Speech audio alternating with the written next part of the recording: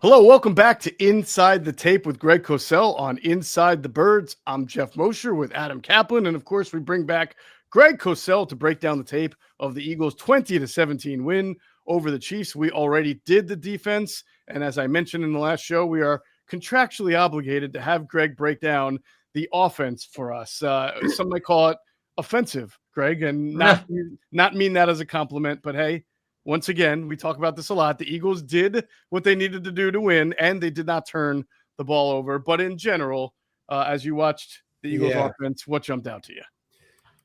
You know, I'm just trying to figure out the pass game. I mean, look, I'm not there, but for 2 weeks now, the pass game has really not been very good. And I'm not blaming anyone because I'm not there. And we know that the pass game has had success in years past. Are they a true passing team based on the way you think of the rest of the league? They're not. We know that. I mean, we spoke about this in the pregame show, that in the 18 games that Jalen Hurts started last year, not counting the Washington game when he got hurt early and left the game, he threw for under 200 yards in 8 of those games. So they're not a true that's not the way they validate their offense, by coming out and tossing it all over the yard. Right.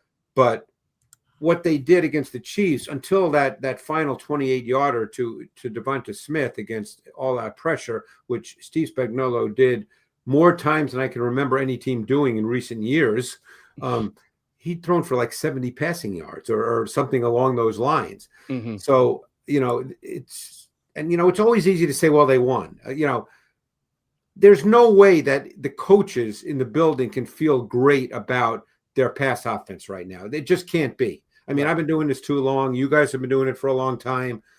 It's going to have to get better. Now, they're a very, very good football team, so they can win games. But, the way coaches are. They want perfection and strive for excellence along the way, to use the old, Bobby Knight phrase, or whoever first said it. But, the pass game has got to get better. I know Adam loves when I say this, but I'll say it. The pass game right now is a little bit of a tough watch. Oh, so let me ask you something off that, because we know the fan. We see what's in social media. They want to blame KevinPatullo and all that. You not want to criticize play calling or structure, but you were honest last week because they got off to a good start. Then it just completely fell off against Dallas. I mean, there's things I notice, and I'm just going to say what I notice, and I'm not going to say whether it's good or bad, because again, there's, having been fortunate enough to be in meetings, at training camp, there's so much, there's so many variables to sit on the outside and say, oh, this is terrible, this guy stinks. You guys know me, I don't do that. Yeah. But I will say that they repeat a lot of plays, and even plays that don't work, they repeat them again. There's definitely a sense watching the tape the first 2 weeks that there's not a lot of clean, defined throws for Jalen Hurts, and Jalen is not necessarily a tight window thrower. That's not his game. Will he throw 101s on the outside, which, by the way, he's not even doing now, which is very surprising. Again, I can't answer why, but you're not seeing that. There was one in particular to A.J. Brown in the first half where I was really surprised he didn't throw it to him. But again, no blame, just what the tape showed. Mm-hmm. So, just like we talked about the Chiefs in our offensive, when we talked about the Eagles defense, that they have some things to figure out. I think the Eagles have some things to figure out because, coaches are not going to be happy with what the pass game looks like right now. But Greg, on that real quick, Geoff, I thought, and it's kind of what you were saying, Greg, I thought the protection based comparably to the Dallas game where it was spotty, seemed like Hurts had a lot of time. I thought he had a lot more time. At times, obviously, when they started just jacking up and dialing up the pressure, you don't have enough guys to block, and guys got there, and then Jalen just has to throw it to the 101s. And hey, fortunately, they hit that last one to put them up by 2 scores, which essentially sealed the game. The only thing I will say, and I'm just going to say based on my interpretation of the tape, I could be right, I could be wrong. There are times watching Jalen drop back when there isn't any pressure, normal rush. And based on my understanding of the coverage, there were 4 or 5 times where I felt his eyes were not in the right place. You know, that was my interpretation of what I saw. Now, if that's true, that's something you can work on. You know, hey, you drop back, you see the safety. Like there was one in particular where he dropped back. It was a 2-man route, I believe, to the boundary, and they played cover 2 to that side, and one of the routes was vertical, so the receiver was running right at the safety, and the other route was just being hugged up by the underneath coverage. It was clear the second he took the snap that side was just not, that's not where you want to be looking now. And he just stayed looking at that side. And, you know, so again, I'm thinking, I don't know, but like I said, I thought there were 4 or 5 examples of that where, to me, his eyes just did not get to the right spot with the necessary speed and clarity. Would you say, because I know that there's already a lot of sentiment out there, oh, this feels like more like a Brian Johnson offense, and the KevinPatullo isn't calling the right plays. But when I watch it, Greg, I feel like it's the same for the most part. They do the same things offensively. The routes are pretty similar. I mean, there's a reason why different coordinators come in here and eventually ran the routes and the play designs that the Eagles typically run. I don't see anything that makes me say, oh man, this is totally whacked and different than what they were doing last year. And again, you know, the other thing which I've learned, you know, being around coaches and talking to more coaches year after year after year, is, you know, when a guy starts new, like KevinPatullo, you know, you got to let the guy grow into what he's doing. I mean, this is, you know, don't forget, they go through a whole off season. All that's great. You know, you know, Tom Brady had this thing on social media where he talked about, it went viral, basically. I'm sure all you guys saw it, where he said, not every quarterback coach is great. Not every offensive coordinator is great. I'm sure that's true. He would certainly know better than I. Yeah. But every coach can, you know, draw stuff on the iPad or on the board or however teams, you know, do it these days, you know. You know, play calling is a different thing, and I never get into play calling, as you guys know, because you'd have to be there all week to understand what the whole thought process is. You know, because maybe fans don't understand that when you get to specific situations, like let's say it's 3rd and 8, the offensive coordinator isn't picking from 50 plays. Right. He's picking from 6 plays that they worked on all week. Right. That's the way it works. And I kind of thought that the plays that they were running were plays that they've ran for the last few years. So, I mean, it's not like, you know, and I learned this from people a lot smarter than I am. I mean, I remember, and Adam probably remembers this, sitting with Jaws. He would always say, you know, I knew what Coach Ramil, or whoever, whether he was calling it or the coordinator, I knew when we got to 3rd and 7, we was going to be 1 of 4 plays. You know, you know that. This is the stuff you practice. You're not calling, you don't whip it out of your you know what and just call something you haven't practiced. You know, I mean, this is all practiced. Right. You know, so I'm not going to sit here and say that, you know, it's good, bad, or indifferent. You got to give KevinPatullo a chance to kind of work through the process. This stuff's not easy.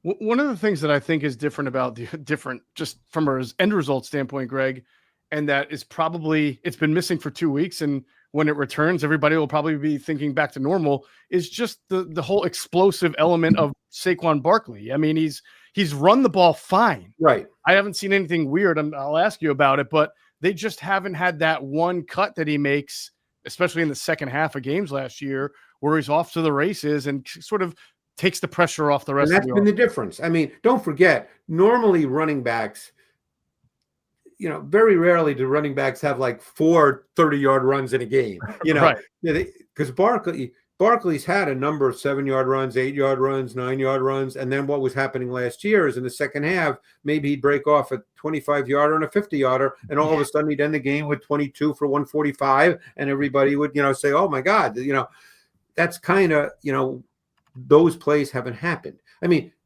the Eagles have played 2 games. They've only had 5 plays of 15 or more yards in 2 games. Passing or rushing, right? Passing or rushing. Right. That to me is the biggest thing right now. Everybody's got all these criticisms, but you know, Hurts put the ball down the field maybe 4 or 5 times against Spags. Right. And only one connected. The one that mattered, it connected. But you know, the point is, it's almost like the same thing. It's just the results are a little bit different. Right. So I mean, look, they play the Rams. The Rams are going to be. We'll do that later in the week. Obviously, we'll get into more detail. But who knows? Maybe maybe he breaks one, and everybody goes, "Oh, there we go." Mm-hmm. You just. And by the way, the Rams corners that's a bit of a problem. And Ahkello Witherspoon's going to be out, so now they're down to quote unquote backups. So we'll see how it all plays out. But right now, I think, and don't forget, the other thing you have to understand is KevinPatullo now is calling the plays, and he's the one in Jalen's ear. And Jalen did not play in the preseason. And no matter how much you do that in training camp or practice it in a meeting room and try to get the cadence, it's not the same as doing it in a game. Right. And when you're hearing a totally different voice in a different way, sometimes it just takes a little time for all that to work. By the way, Greg, this is Hurts' sixth different play caller in his NFL career. Peterson was his first one. People forget that. Yeah. So, I mean, look, can people be happy? No, of course not. But they are 2-0. And, the bottom line is they do not turn the ball over. That is right.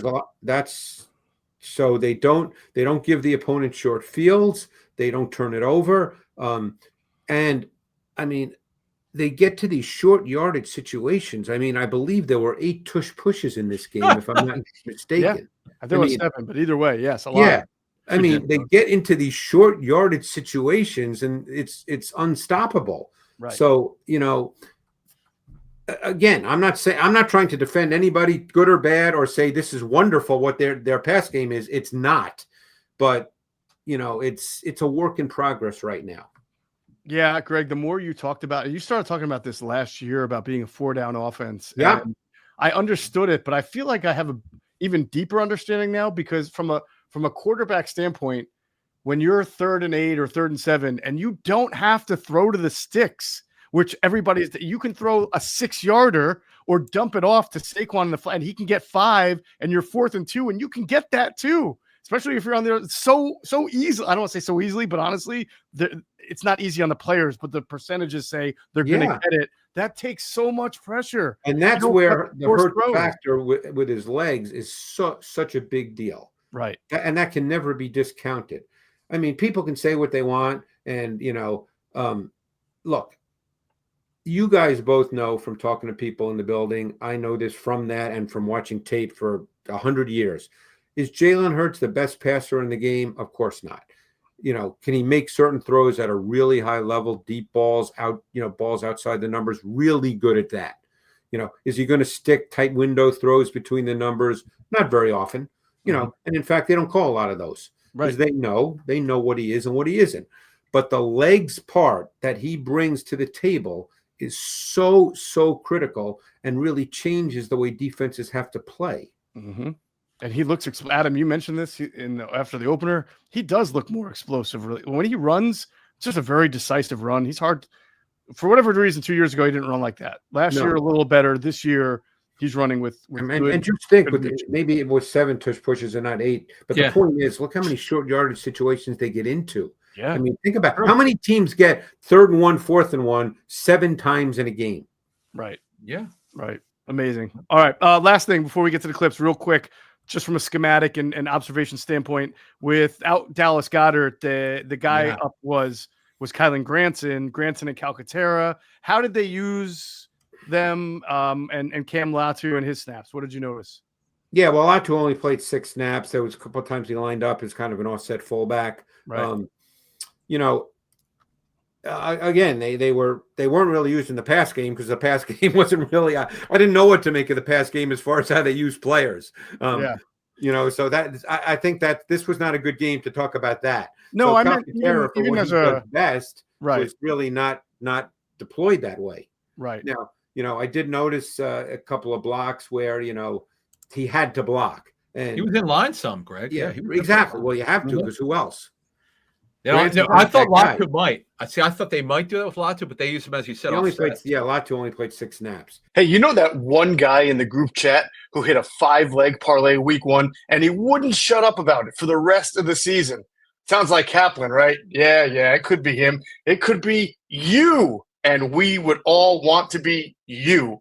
My bookie makes it stupid easy to get in on the action, whether it's college ball, NFL, super contest, and survivor pools, all the spreads, player props, and in-game lines that you could want all under one roof. What more could you want than that? If you're new to my bookie, use our code, THEBIRDS, THEBIRDS, THEBIRDS. Use the code, and any bet you choose up to $500 is fully covered. Make your play, and if it doesn't hit, you get it right back when you opt in using your bet back bonus token. There is no better time to jump in right now.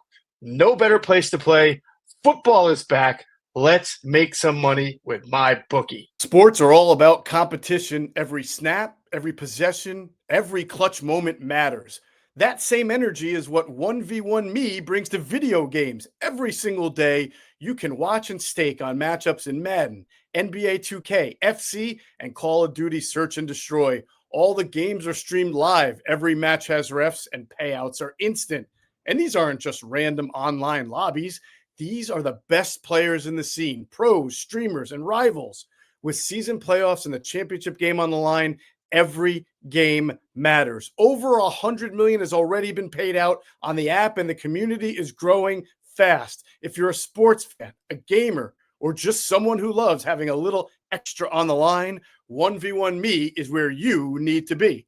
It's not just about winning, it's about the bragging rights too. Every match has a chat going crazy, and you can back your picks in real time. Download today and use code BIRDS. Your first stake on the app is risk-free. That's code BIRDS for a risk-free first stake. I felt like they used Granson, Greg, as a motion tight end to take defenders out of the box more. Well, so you know what they did really, I think it was them. I've watched so much tape today. I think my eyes are. Oh, here's what they did. It was them.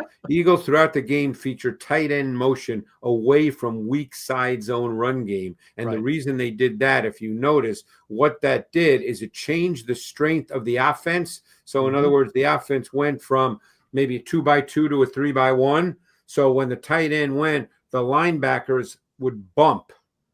So what that did is then they'd run back to the weak side where the tight end was, because now it's the weak side. And you'd have better angles and leverage to work up to the second level and block the linebackers because they bumped over to the strength of the formation. I think I have a good example of that. You can tell me if I'm wrong. We'll bring it up now. It is the Saquon Barkley 15-yard touchdown, and I just ran it. Go back. Yep, going right Look back. That's Granson, right? Yep. Okay, he's the wing tight end. Watch when he goes in motion. Watch Tranquil and Bolton. Tranquil's the key guy, but watch them. They bump. Yep. So now look, as you run it further, watch what this allows Juergens to do. Look at the angle and the leverage he has on Tranquil because he bumped over. Yep.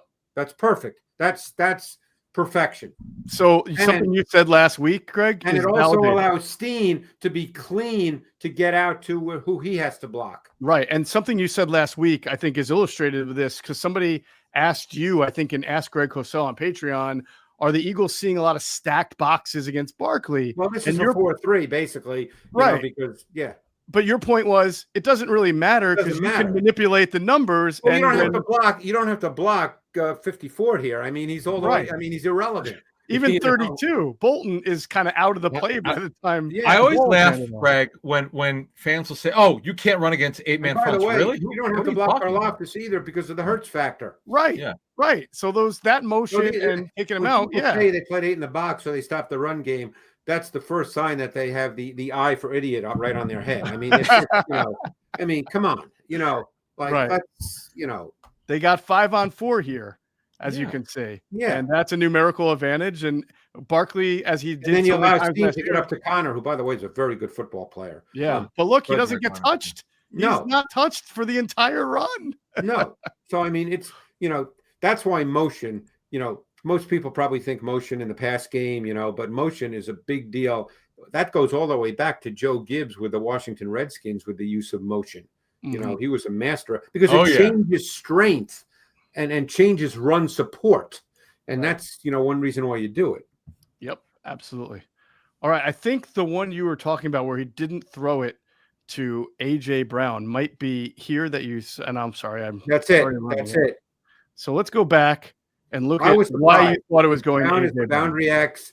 He's got press coverage. I'm kind of surprised they didn't convert this to a fade, but they didn't. But still, he's one-on-one. It's like I almost can't remember the last time they didn't throw to him one-on-one. Exactly. I was just going to say, like, that when Hurts is on, man, that ball's coming out. His eyes would pop out of his head. I know where I'm going. Now, his eyes didn't even – I think if you see this from in front of Hurts, he didn't even look there. No. I'm shocked because he had to anticipate pressure just from the press coverage here. Is this and the then the way play where he threw the quick out to Smith and he got tackled short of the first down? I forget the end result of this play. We will see it in a second. No, yes. Yes. And he got tackled short of the first down. Short of the first down. It was 3rd and like 8, and he threw it 5 yards. Yeah.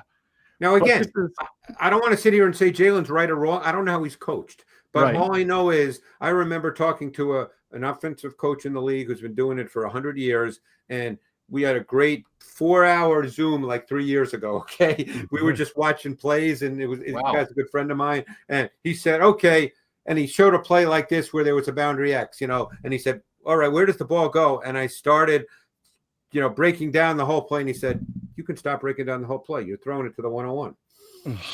I mean, that's the way most teams, so I was just surprised. Again, I don't want to sit here and say Hurts is right or wrong because I don't know what he was told when they called this play. Right. But normally he goes to Brown if he's one-on-one. Yeah. And this, I feel like this is very similar to last year's NFC Championship game on the second drive when he threw a beautiful ball down the left side of the lane on 3rd and long to AJ Brown. And we all did the tape and said a lot of quarterbacks won't even try to throw that ball on 3rd and 8 long down deep because it's a low percentage play, but he does it so well. And by the way, that's not even McDuffie. I think this was early in the game. I don't think that's McDuffie.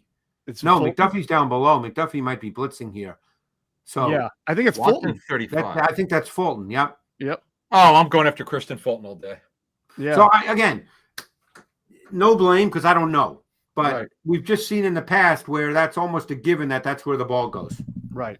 Hey, fall is planting season. Did you know that many plants and trees actually do better when planted this time of the year? But you got to know where to start. And that's why I love fastgrowingtrees.com. Doesn't matter if you live in the sunny South or if the air's getting a little chilly where you are, the plant experts can help you find the perfect fit for your space. They've got everything your yard needs: fruit trees, privacy trees, shrubs, flowering trees, so much more. And Fast Growing Trees makes it so easy for you to have your dream yard because you can order online and get your plants delivered directly to your door. If you're like me, you're tired of spending way too much money on landscaping. And if you walk into one of those nurseries and you look at all the stuff they have, you have no idea where to begin. That's why you need fastgrowingtrees.com. Doesn't matter about the size of your yard. They got over 6,000 plants to fit any space, and a 14-point quality checklist ensures you will get the best quality plants possible. This fall, they have the best deals for your yard, up to half off on select plants and other deals.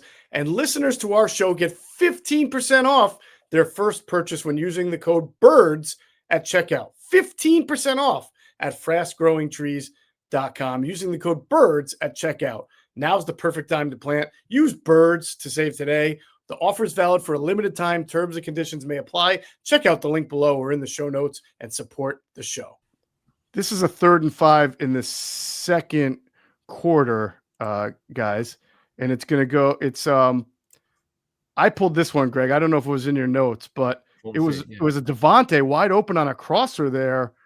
And you remember how you said like he's just not looking in the. I didn't even know if he saw it or looked at it. Screaming at him. 3rd and 5. So what we would have to know again is when they called this play and practiced this play, because obviously they didn't just call it on a whim and without having practiced it, who they felt was the primary, who's secondary, where do they want him to go with the football? Just run it because I think they changed the picture post snap. Yeah. Okay. Let's see. So it looked like one. Yeah, but it's not abnormal what they did. It's not like 5 guys moved and it's like, oh my God, where are people? Right. I mean, at the end of the day here, they rushed 4, right, and dropped guys into coverage. So he had plenty of They're time. basically playing cover 2. It's cover 2 inverted top, meaning Right. the corner becomes the DFAP player, and 21 Hicks becomes the flat player, and it's cover 2 down below. So Yeah. it's not an abnormal coverage. Right.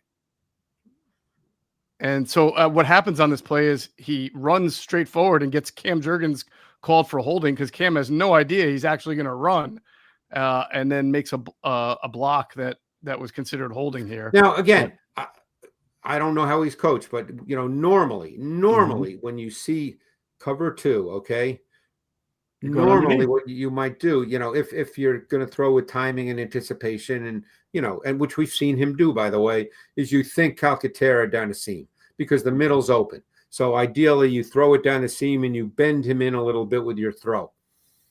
Right here, Calcaterra, or is that Grant? That's Calcaterra is right in the middle at Calcaterra at the 40-yard line where you've.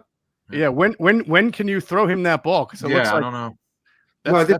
This is a timing anticipation throw. Oh, I see what you're saying. Yeah, because you see he's a break. He still has enough time to make the throw. It's got to be a great throw. It's a big. But I mean that's the NFL. I mean that's again, it's not an easy. I'm not saying that this is pitch and catch. That's a tough throw. When quarterbacks see the middle open and there's a seam route, very often that's the throw. The safety's late. 6 is late. Whoever 6 is. Now again, like I said, Jeff, I'm not saying this is routine that anybody could make it, but that's the way guys are taught. Middle open, you have a seam route. That's often where the ball goes. Right, and then I think they're taught like you go, what's the furthest to shortest. So if you're not going to make that throw, you then come middle to low. Right. Jeff, right. If he doesn't like the throw, he's got 6 open. He's got Devontae open for first down. So yeah, I mean, technically, he probably should throw the ball here to Devontae at this point, not here. Well, when because the defender blows. I mean, there's a throw. The bottom line point is there's a throw to be made here. Yeah. Yep. Yeah.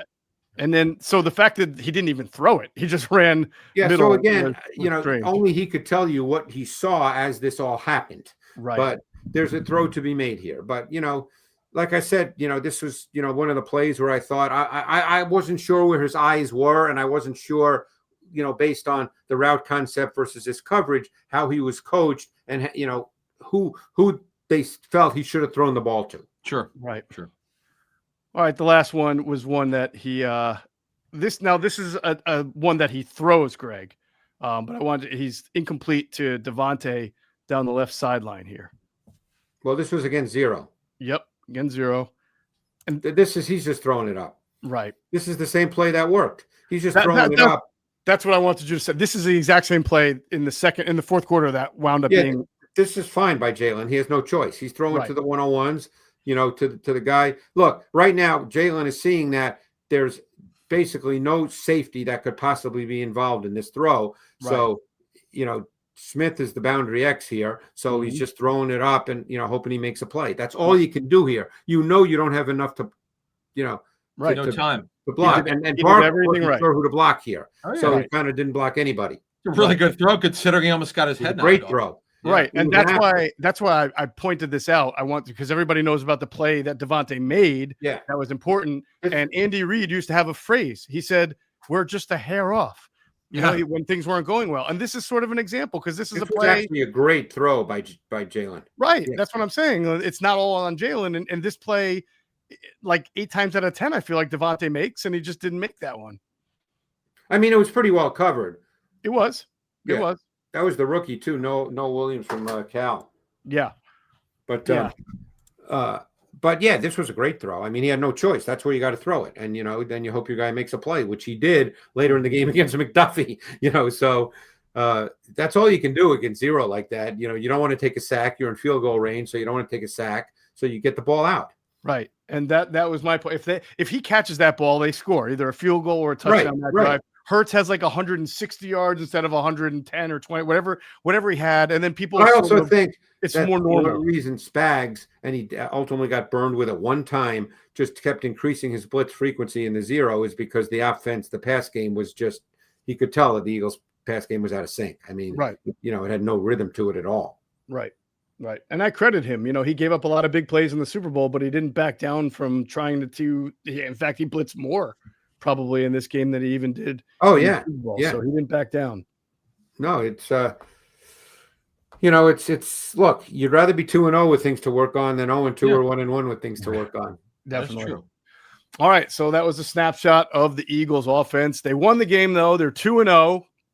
And, of course, we will all talk about their next game, Week 3 versus the LA Rams, back at the Link in the Inside the Birds pregame show. All three of us, Greg Cosell, Adam Caplan, and Geoff Mosher. Thanks for watching another edition of Inside the Tape with Greg Cosell on Inside the Birds.